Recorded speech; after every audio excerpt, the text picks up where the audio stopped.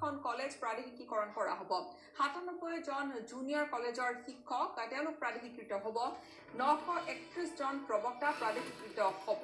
চাহ বাগিচাত আনহাতে 119খন সীমা কৰিব 119খন হাইস্কুল নিৰ্মাণ কৰা হ'ব আৰু একেদিনাই কৰা হ'ব নিৰ্মাণৰ শুভাৰম্ভণি প্ৰথমবাৰলৈ বাগিচাত হাইস্কুল নিৰ্মাণৰ এনে এটা ব্যাপক প্ৰকল্প লোৱা হৈছে জনতা ভৱনত অনুষ্ঠিত হৈছে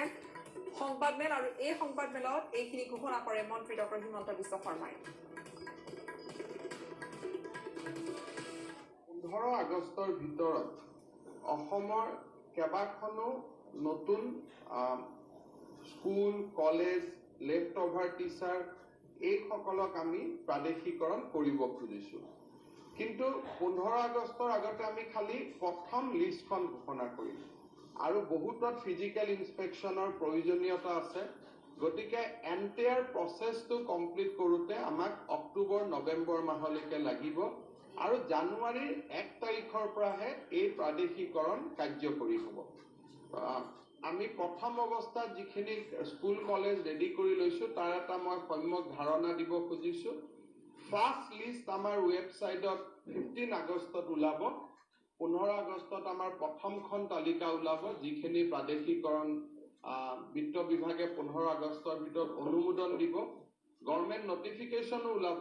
কিন্তু কাৰ্যকৰী হ'ব 1 জানুৱাৰীৰ পৰা কাৰণ নহলে আকৌ বহুতে বেয়া পাব কাৰণ বহুতখিনি স্কুল আমি কৰিব পৰা নাই বিশেষকৈ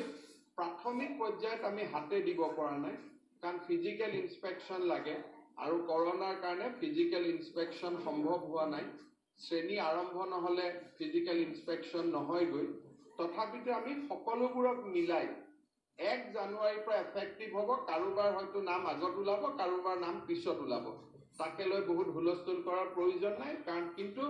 15 আগষ্টত আমাৰ যেটো কমিটমেন্ট আছিল ফাৰ্স্ট লিষ্ট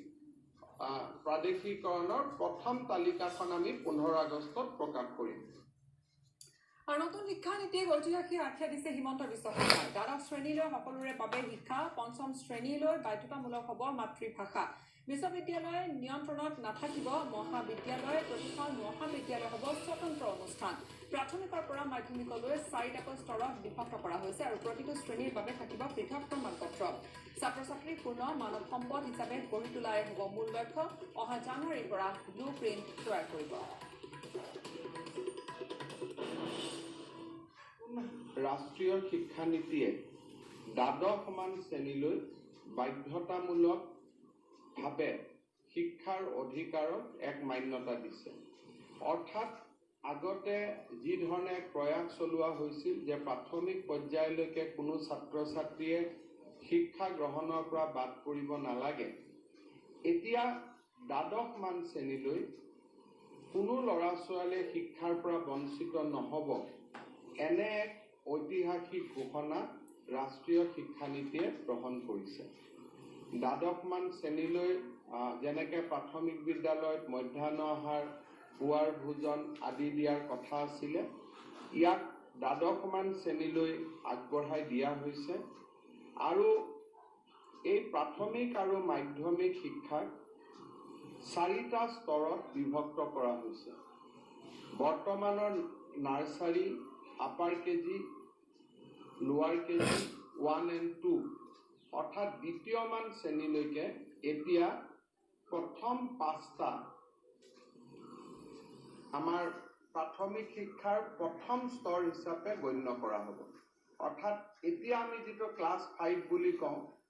আসলতে বৰ্তমানৰ ক্লাস 2 টোহে এতিয়া আমি 5 বুলি জানো ক্লাস 1 হল নাৰ্সাৰী ক্লাস 2 হল লোৱাৰ কেজি ক্লাস 3 হল আপাৰ কেজি ক্লাস 4 হল ক্লাস 1 আৰু ক্লাস 5 হল ক্লাস 2 অৰ্থাৎ আজিৰ দিনত চৰকাৰে প্ৰাক প্ৰাথমিক মাধ্যমিক আৰু উচ্চতৰ মাধ্যমিক আমি যি চলাও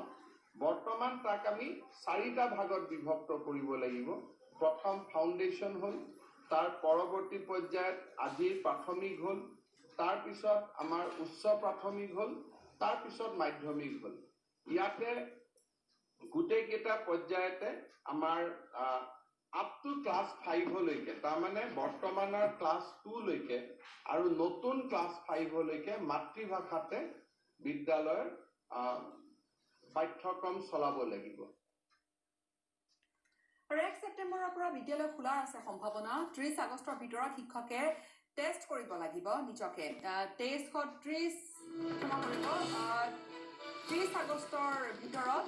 কৰ্মচাৰীয়ে টেষ্ট কৰিব লাগিব। ছেপ্টেম্বৰত 4ৰ্থ শ্ৰেণীলৈ বন্ধ থাকিব আৰু 8ম মানলৈ মুকলি স্থানত দিব লাগিব পাঠদান। তেনেকৈ ঘোষণা কৰিছে বা তেনেকৈ কিছু চিন্তা চৰ্চা কৰা হৈছে চৰকাৰৰ ফালৰ পৰা। 3 ঘণ্টাতকৈ বেছি অৱশ্যে সময় পাঠদান নহ'ব। সপ্তাহত 2 দিনহে হ'ব পাঠদান। সংবাদমেলত ঘোষণা কৰিছে আজি লগতে মন্ত্ৰী হিমন্ত বিশ্ব শৰ্মাই।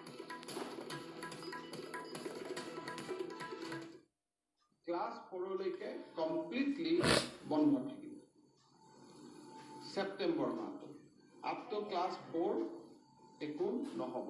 তেওঁলোক য'ত আছে যেনেকৈ আছে ক্লাছ 4লৈকে আমি আৰম্ভ নকৰোঁ। প্ৰাইভেট চবৰ এইটো this is guideline for everybody. Class 4লৈকে আমি একো নকৰোঁ। 5, 6, 7, 8 এই 4টা বৰ্ষ, এই 4টা বৰ্ষৰ শিক্ষকসকলে, প্ৰধান শিক্ষকসকলে গাঁৱৰ খেলপথাৰ বা কোনোবা মানুহৰ যি চোতাল উইদাউট তেওঁলোকক স্কুলত আনিব নোৱাৰিব। 5, 6, 7, 8 এই 4টা শ্ৰেণীৰ ল'ৰা ছোৱালীয়ে কোনো ৰুমৰ ভিতৰত নামিব।